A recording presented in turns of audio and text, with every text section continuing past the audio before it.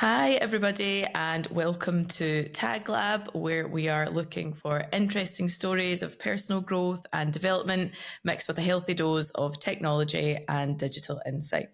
So, today I am really excited to have Rob Smallwood with us, who is head of industry and media agencies at Meta. So, huge welcome to you, Rob. So happy to have you. It's great to be here. Thanks for having me, Laura. Amazing. And Rob and I met through Meta, who are one of our key partners, and he's been so supportive of us as an agency and always has loads of fresh ideas and really good insights on what's happening in the market. And I think having those partner relationships are something that we are eternally grateful for. So delighted to have him here today. So, if we can kick off, Rob, and you tell us a bit about your journey and where you got to, and how did you end up at Meta, and a bit more about the marketing journey to date. Sure, happy to. And again, it's great to be here. So, if we go kind of back a little bit, I was kind of always obsessed with movies and film and kind of mucking about trying to make them at home. I did media at A level, I did film at university. So, I guess I've always been kind of really interested in storytelling and the art and craft of telling stories. And obviously, marketing is exactly that. How do we tell really compelling, inspiring brand and product stories to capture people's attention and ultimately make them care about brands and businesses? So I started my career post university. I didn't go into film. I hasten to add, but I did go into kind of broadcast media. So started my career in radio, in audio, and really enjoyed the challenge of kind of explain to clients how to tell stories through audio. Obviously, it's slightly more challenging without the visuals, but learned a lot in that industry, and then moved into digital. Joined the Guardian within the digital team, and joined at a really interesting time as they were transforming their entire business to be digital first. So I was pleased to be involved in that and learned a huge amount about publishing and how to lean into what was then lauded as the open web, and publishing was an exciting place to be at that time. And then, having spent a good 7 years there, I decided to move into tech and into social. So joined what was Facebook then. Feels like a dramatically different place to the one I'm kind of sitting in at the minute. But yeah, I've learned a huge amount about the wider marketing ecosystem, from kind of traditional and digital media into where I am today, which touches commerce, touches kind of social marketing, influencer, brand, performance, the full gamut of everything you can kind of do within marketing. So I feel like my journey has kind of very much evolved. I've worked in many different sort of disciplines, but that kind of the red thread of telling really interesting stories to consumers is always been kind of there, and something that I'm still very passionate and enthused about. So yeah, that's my potted history, starting very much in an aspirational desire to be actually a screenwriter. And I've still got a couple of unfilmed scripts lying around if you're interested. Oh, yeah. But yeah, not to be, but yeah, fascinated with this industry and continue to be thrilled at its potential as we evolve. Absolutely. And we look forward to seeing some of those films. I'm sure you'll manage that as a side project. I saw an interesting post that you had that was data wins arguments, but stories are what changes people's minds, or words to that effect. Can you talk just a little bit about how you bring that into your role now? Because I think that's where you've got a huge amount of there's data and everything's machine learning and powered by the algorithms, but ultimately it's the stories and what's memorable that sticks with people and actually changes the consumer's mind. So, can you talk a little bit to that? Yeah, I think there's and this is something we've been thinking quite a lot about recently, because our business is kind of built on obviously data and the respectful and thoughtful use of that data. And obviously that in itself has changed over the last couple of years as more regulation and changes in consumer expectations have evolved as well.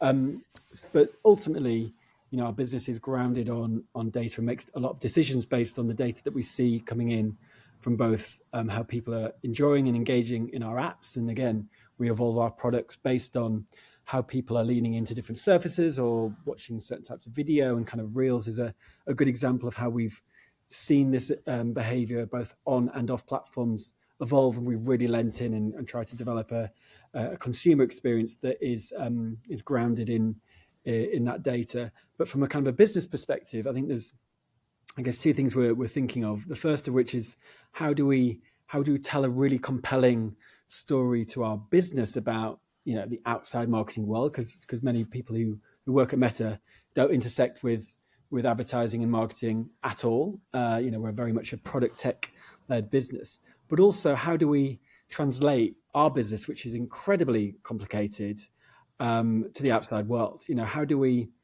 form a compelling narrative around what you can get done through our services, to the benefit of businesses and marketers, but one that makes sense, because we are, we talk about this kind of fire hose of information internally, because there's just so much going on.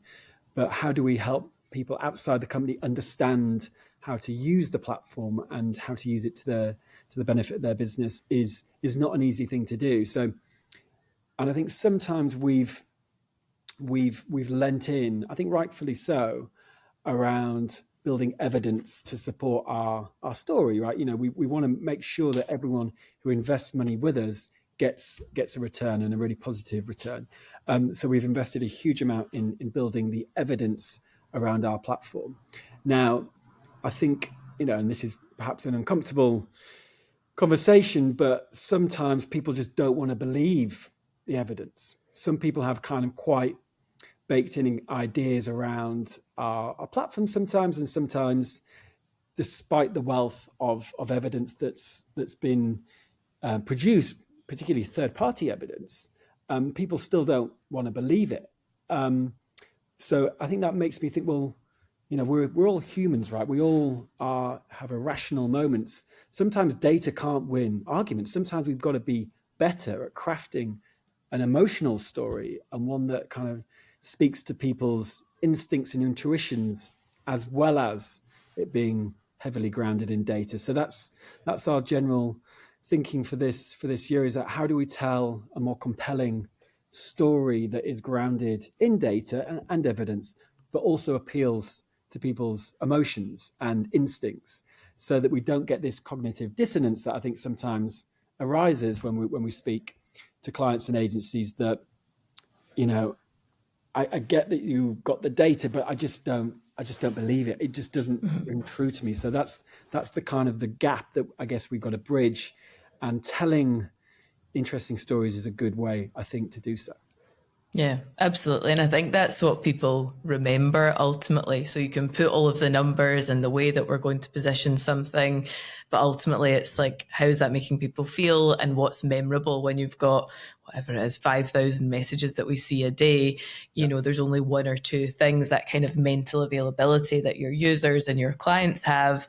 It's got to be the stuff that's sticky, like you say. So yeah, you can have all the numbers, but the stories have got to be compelling. So yeah, absolutely agree with you on that. And I always think that, there's so much that you guys are testing all the time, and not everything is going to stick. And that's part of the culture, is like innovate and test things. And, we go with the stuff that works, which is, how we try and run as a business as well. So yeah, finding the stuff that sticks. So as head of industry, you have lots of people-based relationships with agencies and media buyers and all of these companies. How does that relationship evolve with so much automation coming in? Where do you see that going over the next couple of years, and where are you kind of focusing your time in terms of customer value add, I suppose? Yeah, I mean, again, it's a fascinating topic to get into, because obviously our kind of general, I think the industry's general trajectory is one of increased automation based on advancements in kind of AI, and that is what we're focused on, and that's what many other companies are also focused on, both of whom are building their own AI infrastructure, but also leaning on existing tools as well. I've just come from an event this morning where a client was talking about leveraging OpenAI and Journey and all these freely available tools, and everyone's trying to wrestle with the right application of those automated tools for their business. And it's obviously no one's got a blueprint. We're all figuring this out as we go. And I think from our perspective, I guess again, there's an internal and external application for how we're thinking about this. We're trying to, a lot of people talk about AI from an efficiency play, and there's obviously clearly an efficiency angle to it. But I think we're trying to certainly internally think about how it can augment what we're doing as a business. And I think a lot of the fear and concern is around AI replacing people and skills and work. But I think we're really trying to reframe that around how it can augment existing practices and kind of the jobs to be done. So internally, we're trying to develop tools to help us be more efficient and be better at our jobs, with a view to helping us all concentrate on the things that AI can't get near at the minute. That's the kind of strategic, the creative, the imagination, the persuasive, elements, which I think us as people are just, uniquely positioned to do. And then from an external point of view, we are speaking to clients and agencies about this, this automated journey, which it is. This is an iterative process, and helping people understand that, look, there's no going back with some of this stuff. There is ways in which AI and some of our new machine learning models can better automate and optimize campaign performance than any human can possibly do. Right, and we're not going to go back to that. Much like many of the technological advancements have been made around other industries, there is just no going back. So there's this whole change management thing around helping people understand that some things are best to be automated. That's certainly our view in certainly our ad product. But that does not mean there's not a wealth of jobs to be done around this kind of automated system. So, I mean, I'm incredibly bullish on the future of our industry and the future of agencies within that industry as well, because while a lot will be automated by our system, that just changes the jobs to be done. Understanding the data strategy for a given client, understanding how to leverage their competitive advantage with their own unique data is a complicated subject. It's one that touches on legal aspects, on consent. It touches on the right appropriate use of data. But that's a really meaty thing to get hold of, and all of that data that any given client or an agency's role within that can supercharge this automated system. So that's a really meaningful piece of work. Then you've got kind of, well, what does this mean for creative and kind of media planning as well? And that's still to be decided. But there's a huge amount of people thinking about, well, how do we set up the right frameworks for creative? How do we get the right diversification? How do we get the right inputs, again, that can feed this automated system to supercharge results? And then you've got the other side, which is how do we understand what's working, what's not, and why? Setting up the kind of the measurement frameworks and getting into the weeds of different strategies playing out and understanding how this is working alongside other channels, right? There's some really difficult things to try and get a hold of there. And then, we all want to make sure that we're delivering best practice. What are the signals and how do we codify that? There's a huge amount that, we don't yet know about what's working, what's not. And this is always going to change. That's the thing. Once you've built the blueprint, something will undoubtedly change moving forward. So you're going to have to review and constantly iterate. So it's an ever moving feast. And while, again, this centralized function around the system is going to be more automated, the kind of the human ingenuity and imagination needs to exist at either side of it, I think, to really leverage and supercharge that system. That's where there's a huge amount of value to be added. That's a huge amount of competitive advantage to be gained as well. So we're trying to help, I guess, clients and agencies understand that there is, there's some really complicated work to be done, and we're going to need everyone's help to kind of understand how best to do it. That's externally, and then internally as well. We're just trying to find ways in which automation can help people do better work, more enjoyable work as well, more work that we want to spend time doing. We talk a lot about strengths at Meta, work that you're not only good at, but work that really, gives you energy. So the more time we can get people doing work that gives them energy, that makes them, brings them joy, that's the good stuff. And if we can automate the stuff that is probably less enjoyable, then that hopefully is good for everyone. Yeah, totally agree. And I think we are, we've seen this happen multiple times throughout history. When we think about like scientific calculators coming out or search engines coming out, there's this kind of panic initially because there's going to be some form of displacement. But like you say, it's how do we keep upskilling ourselves and our teams?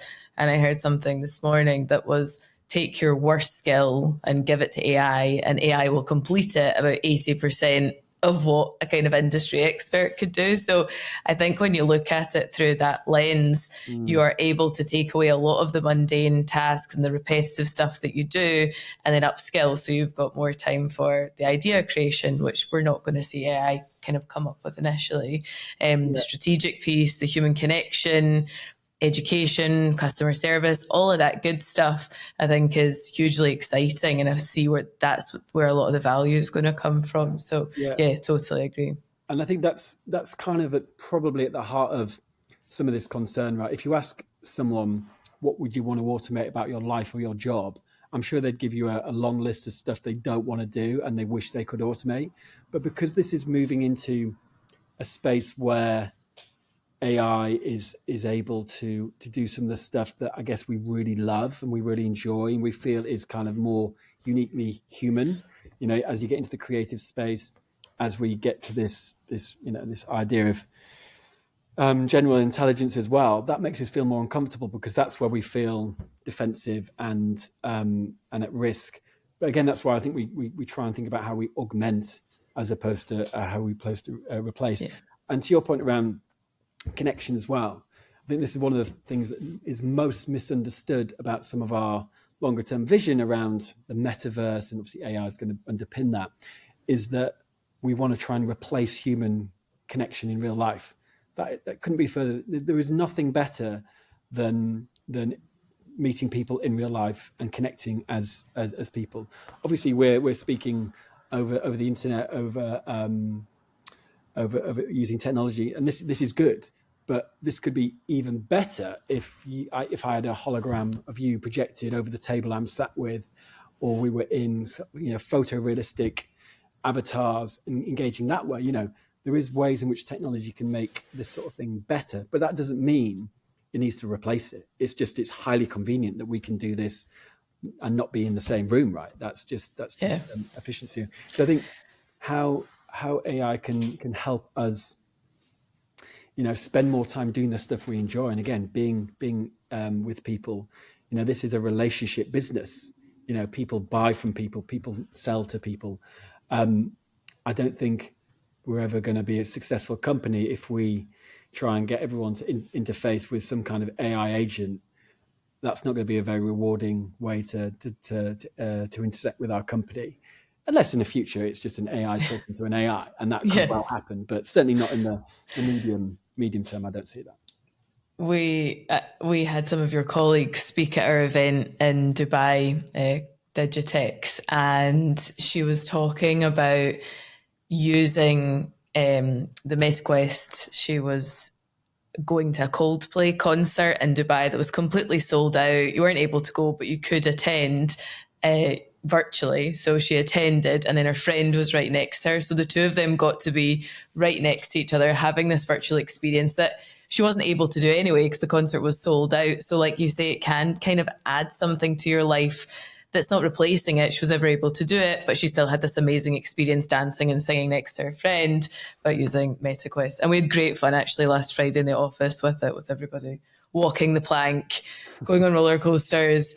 And it was a really silly thing. And we did it as part of comic relief, but actually you were using a virtual experience in an in-person setting. So it's not as binary as you think, that you have this very removed, remote experience. I think the two can blend together and actually create a really unique experience for people to come together. So I think it's having that open mindset of like, what does that actually look like? And it's not this thing to be fearful of. But in general, we do fear change. That's kind of the default emotion that people go to. And some of the jobs that will be done, we don't know what those jobs are. And it's that fear of the unknown that creates the panic. So I think it's a journey. And probably a lot of the predictions that we've got now will be completely wrong. And we'll look back and really laugh at the stuff that we thought.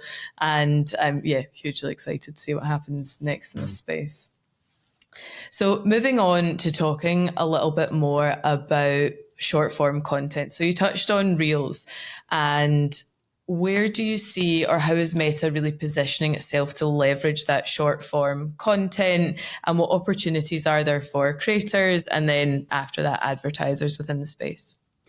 Yeah, I think short form, and again, that means Reels primarily for us, is just something that's kind of taking the industry by storm. And obviously, this isn't something that we have necessarily led from the get-go, but something that we're, again, a trend that we observed and thought would be valuable to bring to our services, and it has. I mean, that's the thing around understanding, again, being very people centered, consumer focused, is adapting and making sure we are ever evolving our services to match their needs and their expectations. And short form video is something that, again, is just absolutely exploded. And I think Reels as an example, which is not Instagram only, it's Facebook, it's across different parts of our ecosystem. It's really just caught people's attention because it's appealing to a different kind of content. It's engaging, it's funny, it's relatable, it's very creator centric as well. So we are, we've been trying to find the right spaces to help creators find an audience and ultimately make a living as well. And Reels has definitely helped supercharge that. And again, it's part of this kind of longer term, I guess, vision and strategy around the metaverse and spatial, is that we want to develop or be part of developing a kind of creator-led economy where anyone can have access to tools and technology to create work and connect with people that's meaningful. And certainly Reels is helping to do that. And again, we're not the only horse in town. And short form is prevalent across many different apps and platforms now. So that in and of itself is an interesting trend.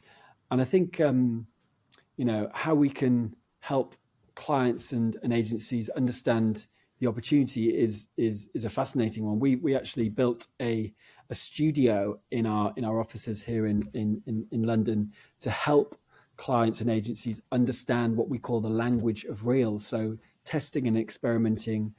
So we've got a bedroom, we've got a bathroom, we've got a games room, we've got all these different locations that we've kind of built as sets to help people understand how to get the best out of this format. And again, it's very much creator led. It's kind of digital creators in particular, both behind the camera and in front of the camera. So it's a really nascent but exploding part of our business. And I guess what's slightly different maybe for us is that Reels as a consumption is obviously gone absolutely nuts, but it's how people are sharing Reels, which is I think very interesting. 3.5 billion Reels are shared every day, and it's through messaging. So the nature and different ways in which people are sharing within our ecosystem has fundamentally changed. It used to be all about feed and people sharing everyday moments and meaningful moments within their Facebook or Instagram. And then things have evolved to being, again, meeting the expectations of people to be more around ephemeral sharing as well. And that's why stories really caught fire. But now it's evolved again to be one of entertainment and authenticity, and that's where Reels is playing an important part. But people are sharing it privately through WhatsApp, through Instagram, through Messenger. So the way in which the content is spreading around our ecosystem has changed. So that's quite an interesting thing for us to consider, and a good one, I guess, longer term for brands to think about as well, as things like WhatsApp become more of a place for businesses as we evolve that product. Yeah. And I think I read it was when it was Facebook's product, it was the fastest growing ad format Facebook ever, was rolled out in 150 countries, like was just like you say, the speed was absolutely lightning. And I wonder, like, it's interesting to talk about how people are sharing and if it's kind of a bit of a similar type of idea to Royal Mail's campaign when they had kind of saw this and thought of you. There's something very personal and authentic when somebody shares a reel with you, because it's very much like, I saw this and I thought of you, it reminded me of you. So again, it's kind of bringing that technological plus human element together into something that's really personalized. So I think it builds that behavior and makes people feel special. And ultimately that's, what everyone is looking for is to be seen. And I think Reels actually does that in quite a unique way. Yeah, I think you're absolutely right. And I think that's, again, we were having this conversation last week around social media being a very personalized way of consuming content, whereas other kind of, I guess, more broadcast or traditional media is kind of more of a shared experience. But I think this is a good intersection between the two, which is, all nearly 4 billion people around the world use one of our apps or services, and that's 4 billion different types of feeds, right? They're all uniquely curated every time you open the app. But being able to share in that kind of personalized feed with others through, again, parts, like WhatsApp or those close community groups you have, which is where all the sharing happens now, right? Family groups, we're all in way too many WhatsApp groups, I'm sure, but sharing those contents that have been curated for you, but sharing them with personal groups is something that's definitely people are enjoying. And I say it all the time, exchanging funny little things with individuals that, like you say, you might find a common joke, or just into other groups where you think it might land with. And it's that idea of like, well, who would like this and who can I share this experience with, I think is interesting.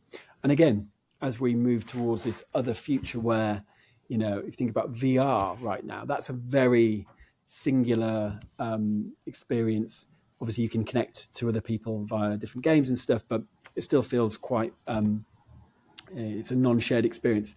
As you get into more mixed reality and augmented reality and the technology develops there's going to be this more of a shared experience as well, where multiple people can be involved in the same thing, augmented by technology. So again, it feels like that's where certainly our business is headed, this intersection of the technology improving and connection and bringing people together around a shared experience. And that's kind of at the heart of our business.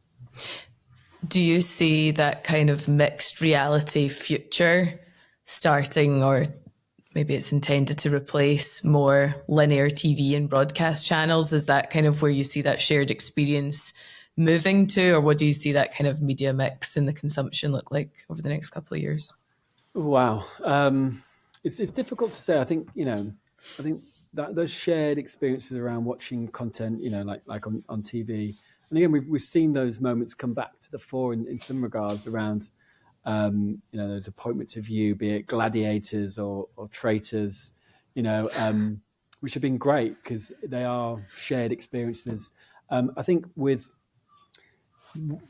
how I'm kind of seeing the two pieces of technology where we're investing at the minute, which is basically the Ray-Ban smart glasses, which are pretty lightweight, and got an AI assistant in them. We're developing technology as and when it's ready to then be able to those to be augmented, an augmented experience. And then you've got the other side, you've got the Quest, which again is far more tech heavy, and the fidelity of the experience is far richer, but it's still quite it's a big device that you're wearing. You're not going to walk around the streets with one of those strapped to your face. So the intersection of those two devices, be it, 5-7 years in the future, there's going to be something quite interesting there, which is going to, I think, help augment our daily lives, either through the AI assistant or just being able to translate things or tell you where to go. All those things that we've already given to our phones to help us augment our lives. No one remembers phone numbers, obviously. I barely know directions. I'll just rely on Google Maps for everything. We've kind of given those jobs to be done to our mobile. So, there's going to be more jobs that I think we can leave to the AI, like to your point, what are the things you don't want to do. So that's going to happen, and that the form factor is probably going to develop where it's more usable and it's more everyday. Whether and how that disrupts kind of shared experiences around watching content together, I don't know. I think the connected TV world, which is kind of is growing, and TV becoming more personalized and addressable, I think is probably the first more immediate step that we can all probably see happening, and that's exciting. But how and where we're going to experience things together, you know, when the technology presents and we're all, you know, photorealistic avatars and we can all be in a room, even though we're not in a room together, that's interesting. But whether you then want to go and experience content together, the technology's got a long way to go, I would say, before we're kind of there. Yeah. And kind of building on that a little bit, what are the attention metrics that you think advertisers should now be looking at? Because I think we're maybe moving away from some of the performance-driven metrics as, you know, we change the way that we're going to do conversion tracking and all of these things. So I think it is what is memorable, what is an experience, and what are the attention metrics that you think maybe are evolving slightly or we should be focusing on?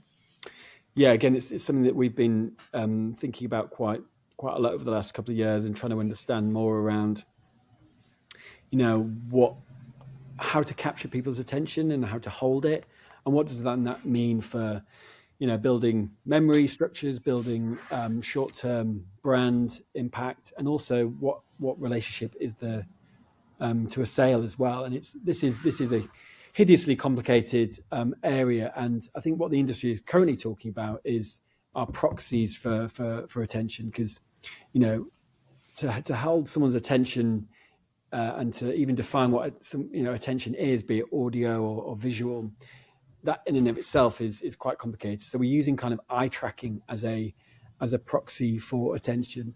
I mean, I'm highly engaged in this conversation. My eyes are still darting around. So again, it's a proxy for someone's attention.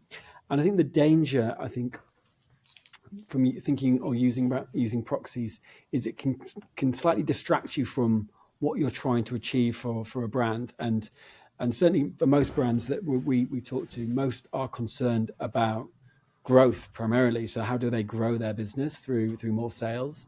And depending on the nature of the business, those sales are sometimes easier to track than others, right? So you've got a lot of the digital first e-com advertisers who got incredibly complicated and sophisticated data and tech setups where they know pretty clearly what's driving those sales and how they can measure incrementality.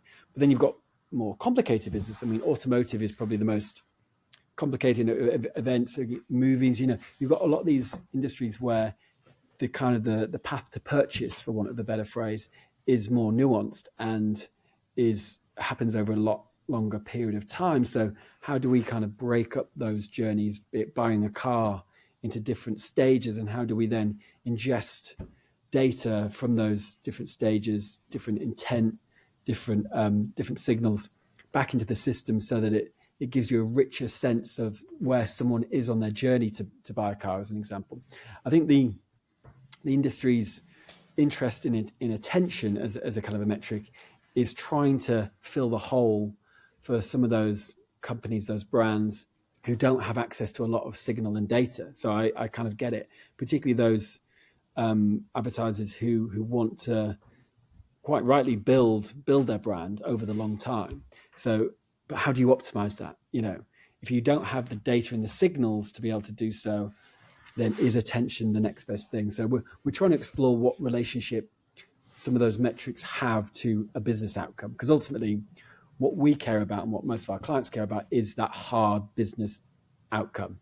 Because again, growth is on everyone's minds, but we're trying to understand what, if any, relationship there is between, you know, 1 second, 2 seconds, 3 seconds of attention and the business outcome, because that's the thing that's most important. I think where we're maybe seeing a slight shift is typically clients are very focused on performance and it's maybe quite short term. A lot are within events or B2B space. And the movement and the shift that we're seeing is there's no bad spend in brand. And I think advertisers are kind of moving towards this, especially more in the B2B space. Our audience are only really in market for 5% of the year. So actually for that whole year, we need to be continually investing in the brand and looking at different metrics. So really all we're looking for is to be top of mind when that buyer journey actually starts. And usually the buyer's kind of made up their mind now by the time they're actually going to do their research, and it's very small decisions at that stage. So I think that's where we're seeing, and I think maybe some of this came out of cookie depreciation and moving to more, we need to be building data year round and doing that through content and investing in brand. So we've definitely seen that shift on our side, that it's okay actually to spend more top of the funnel, and how that's all shifting, because we get the payoff later and we get the growth later, but it's maybe a slightly longer term view. So we're looking over 12 months as opposed to 6 is probably where we're seeing that shift happen. Yeah, I think 100% agree. And again, even some of our more performance-led advertisers are starting to. I mean, we don't use the word brand because for some businesses it's kind of anathema, but thinking about future growth, and by expanding the pool of your audience beyond who you absolutely know are interested into a much broader scope, is again having a short-term impact, because you can often convert those people anyway, but also is building demand over a longer period of time as well. And to your point, that kind of idea of always on throughout the year is something obviously Byron Sharp and others have long since advocated for, because most people are not in market most of the time. But you need to have some form of, like you say at the start, a compelling front of mind mental availability from consistent messaging most of the time, or as often as you can be in market. That's kind of gonna stabilize the business. And when people do go into market, you can be more sure that they're probably going to be more favorable. Yeah, absolutely. And yeah, I think doing all of that, being memorable and just having something emotive as your creative, testing different things. So we're testing generative AI and all of the creative, which I think at the moment it's memorable because it's different and people are curious. So I don't know how that will actually evolve over the next few years. That will start to become more common. But right now we're seeing that that's definitely giving brands a little bit of an edge, but we'll see how that goes. So in terms of, I don't know if you can speak to a little bit strategies that you're seeing working well in terms of audience building, first party data, kind of as we prepare for cookies going away, anything that you're seeing that's just a little bit different there. I think we've seen a lot of the same content building type ideas. So I'm just interested for our audience, anything else that you're seeing working well. Yeah, and I think this is, again, been one of the fundamental shifts in our story, our narrative to market, having moved from a position where there was far more data available, which we could then significantly chop and cut up into different segments of audiences. We can profile them in a richer way and then target them with different messaging. That kind of very layered approach to kind of using our platforms was kind of the last sort of 10 years. We've moved completely the other way, because one, we've obviously seen changes in the landscape, both regulatory and at a kind of a platform level. There's less data around, so we've got to be more comfortable with modeling and AI, and having a much broader view of what your audience is. And this is something we're kind of trying to politely challenge clients to think about, is that whoever you think your defined audience may be, there's a chance, there's a possibility that it's much broader than that. So we're encouraging everyone to go as broad as possible, and a lot of our newer end-to-end products like Advantage Plus shopping campaigns starts with your target audience is the UK. Yeah, it's that big, and then let the AI and the new machine learning models understand and find your audience based on the signals we get back, and that's worked incredibly well. But that's a big change. That's a big change for clients and agencies to get their head around. It's changing from a predefined assumption of who your audience is. And again, this has always been the way in which media has been planned and bought. We think it's 18 to 34-year-old men. Well, actually, is it? Why don't we just put that to the test? And again, we would always encourage any client to test their BAU approach versus a new one that we suggest. We never ask people to take our word for it. We would always just say, look, let's test it. Let's see what works best. So from a targeting point of view, we're encouraging everyone to go as broad as possible and let the AI find the right audience based on whatever your objective is, be it a performance or a brand one. I think your point around creative then becomes even more important, right? So, and we talk about creative being the new targeting. So how do you set up with the right creative strategy in order to meet those audiences who are going to be very broad in terms of the targeting? So how do you predefine kind of different iterations of that? And that's where Gen AI can be incredibly helpful, because it can shortcut a lot of the cost around developing a load of different assets, because it can make different versions of your core asset, again, all within guidelines, all within the color palette and the copy type that may be super important to that brand. So we're still very early in this journey around how we can figure out the right layers of creative to feed that automated system. And that's what I was saying before. This is a journey that, again, clients and agencies are particularly agencies, I would say, are well positioned to have a view on, because they've got a view of the market or an industry or multiple industries to be able to learn at scale. And that's something that I guess we're quite excited about, because it puts more control and a different challenge around creative in the hands of marketers to then feed into this automated world. So there's loads of which we don't yet know and don't yet have a point of view on, but we're starting to do some interesting testing. Yeah, I can speak firsthand to using the Advantage Plus targeting and creative development. The data has just been phenomenal that's come out of it, but it's a huge mindset shift. So it's kind of like you say, the data's there, but do we trust the data? Because we don't quite have the story. And well, we've always done it like we have our personas and we put job title targeting and all the stuff we used to be able to do.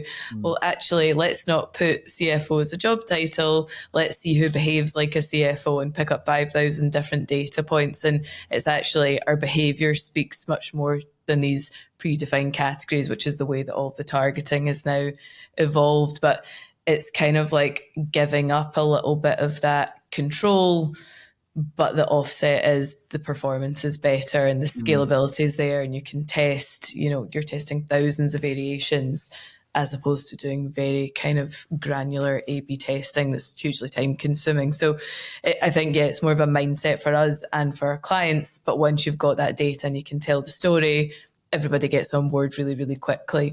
And it's the same, some of the, the different types of campaigns that we've seen on Google and LinkedIn at the beginning. There's a little bit of fear, but, once you see the data, it works very well. Yeah. And I think, again, you are, it's a mindset.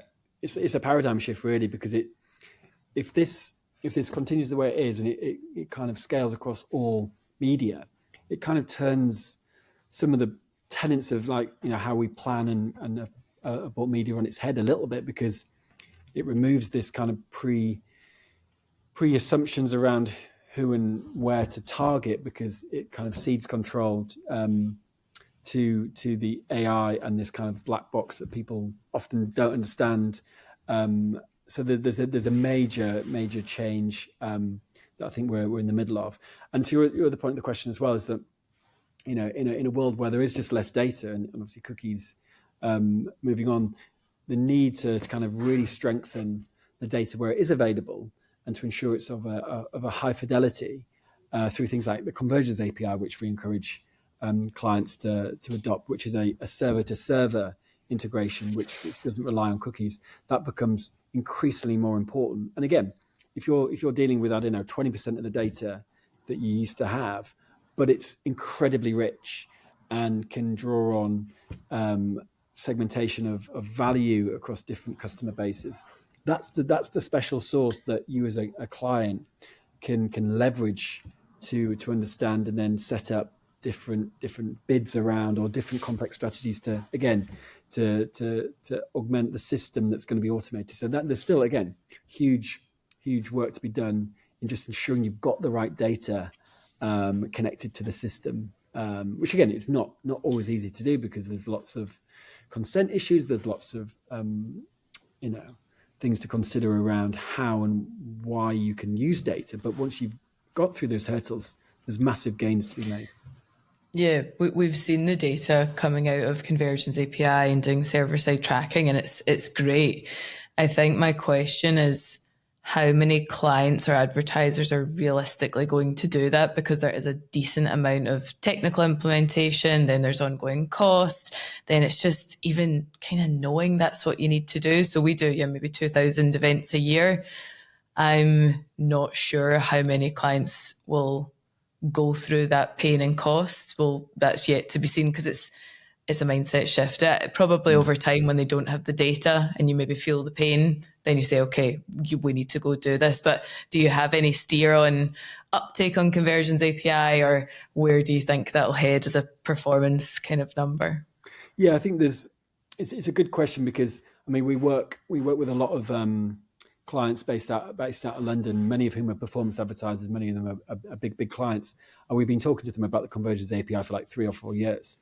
But because the goalposts have kind of been moving in terms of when things will really be turned off, the urgency hasn't been there. So the ones who are, really elite level, they've been on it for a couple of years, and they're seeing the performance gains. They're seeing, it's not even just Conversions API for web, it's offline conversions as well. I mean, that's where you really get to some interesting understanding of your audience, is when you can understand and optimize then towards an offline sale as well as an online one. That's, that would be the nirvana, and understand the incrementality of those audiences, the lifetime value of them. I guess to your point though is, we are in a fortunate position as a business globally to have many smaller advertisers and businesses rely on ourselves and others to drive business. A kind of a, and I work with some of people I know who've got small businesses to help them use the platform. If you're a landscape gardener, you're not going to install the Conversions API for your event. So for those, we're kind of helping people, develop a shop or a way of operating that's within the ecosystem as well. So obviously Conversions API solves for kind of like website, but we've seen certainly in other developing markets, like WhatsApp is the home of business, because that's where businesses are run from. Websites are just not as reliant in certain markets. So how can we develop a place for businesses that can operate just within our ecosystem? Obviously, that would be, that's got benefits to us, but it's got benefits to them as well, because it doesn't then rely on the wider changes to the landscape. So if you've got a shop that you can run on Instagram or Facebook, or even have a business page within WhatsApp and run transactions within that part of the ecosystem, again, even within our own platforms, it's not always complicated to stitch the things together, but that's a viable alternative to help people be in control of their data and understand what's working and what's not. Yeah, that's true. And you've got like native lead gen, for instance, or there's messaging, or there is these other ways that you don't need kind of technical knowledge to do that, which I think is really interesting. And we have clients in the Middle East, and they will only communicate with us on WhatsApp. It's just like, we will do full enormous projects over WhatsApp, and that includes procurement teams, CMOs. It's just a cultural way of doing business. So you're right. You've got those much easier ways of doing tracking, which I think is giving options rather than the technical side. So but definitely we've seen the richness in the data, and it's you get the payoff, I think, if you invest the time and the energy to do that. But we felt the same, these things are coming, but it's only now that we've actually started to see audiences decline. So maybe 10, 20%, we're starting to see that actually happen. And I'd say it's only now when it's really happening, like we saw maybe with J4 last year, when it actually happened, everyone starts paying attention, which I think is just human nature. We're like, of course, last minute people. Somehow there's so many pressures on our time that we'll prioritize it when it really is an issue. So it's nice to be ahead of a few things, but the majority, I think, are still it's got to last move minute. into the urgent and important box. Yeah, it does. It's going crying baby. Yeah, and I mean, I've got huge empathy, because everyone's got their own priorities as a business. we're one of many different platforms. Everyone's probably asking for the exact same thing. How do you prioritize that? How does that sit within your general tech stack and development roadmap? These things are not easy to do, but for those who are doing it, we're seeing the gains. So I still think there's it's going to be ROI positive for the costs involved. Yeah, I think so. And I actually think around that, it's the storytelling that has made a difference of getting people to pay attention. So we're talking about cookie depreciation. It's not the sexiest of topics, and it's really hard to get everyone to care. But when you say, okay, we're actually losing this audience now, everyone's like, okay, what do we need to do? How do we build the data and give it the energy that it deserves? So it just needs a bit of rebranding, I think, maybe give it a bit of a snazzier title. Maybe that's what we need to do. Yeah, Cappy is just not that sexy. It's not. We need to think about that. Amazing. Okay, so just coming to a close, can you tell us about any advice that you got earlier in your career that you still hold dear today and you've maybe shared with others as you've gone through? I'm always interested in these origins of advice. Yeah, it's a good one. So I think some of the advice that I remember and I kind of still hold dear is the importance of having a plan, and a really clear plan. Because you get to the end of any period, give it 6 months, a year, how do you know whether you've really been successful? There's so many things that can contribute towards success. And look, I'm a big believer that luck plays a big role in anyone's career, anyone's business, right time, right place, all that sort of stuff. But having a clear plan and being very intentional about what you want to achieve, and then obviously knowing how to measure it, is always struck with me. I think we've worked with a company called Fast Forward, who do a training called vision writing, which I've actually been trained to deliver as well. And that whole idea is like to fast forward to the end of the year and write down what you've achieved as if it's already happened. And that's always been a very powerful thing for me to think about. Is one, to be very clear about what you want to achieve, both personally and professionally, and then to write it down as if it's already happened, and then to share it with people. Is just a really simple way of kind of creating a moment and defining it with language that is meaningful to you, and then telling people about it. Is just, I've seen the impact personally and with other people. It can be quite transformative. That idea of just sharing what's important and then listing others in that journey, I think is just amazing when it works. I think the other thing, which I guess it's more of an observation rather than advice, is just the importance of curiosity and just never to stop learning. It's something that, again, fuels me here working at Meta, because there's always something. There's always many things that we're working on which are net new, and many of which I don't understand yet, but that kind of is energizing to learn about them. But having the curiosity to actually care and go out and be uncomfortable around topics and learn about them, I think is I've always enjoyed in others as well, those who are curious. So just asking questions, not being afraid to ask what might appear to be silly questions as well. But I think there's not that many silly questions in marketing and tech, certainly, because there's a lot of received wisdom out there, and often some of that needs to be updated as well. I love that. Thanks for sharing. So yeah, infinite learner mindset and writing down the plan, I think is key. I've heard that if you write stuff down, your brain can't always actually differentiate that it's not real. So if you write it down, you can kind of trick your brain into thinking it's real. So I think that's great advice. So thanks so much for sharing. And thank you for all of your insights, Rob. You are super smart, and that was just a fascinating conversation. So thank you so much for taking the time to talk to us today, and we'll post all your links with the podcast. Not at all. It's been great. It's been a great chat, and thank you for having me. Thanks, Rob. Cheers.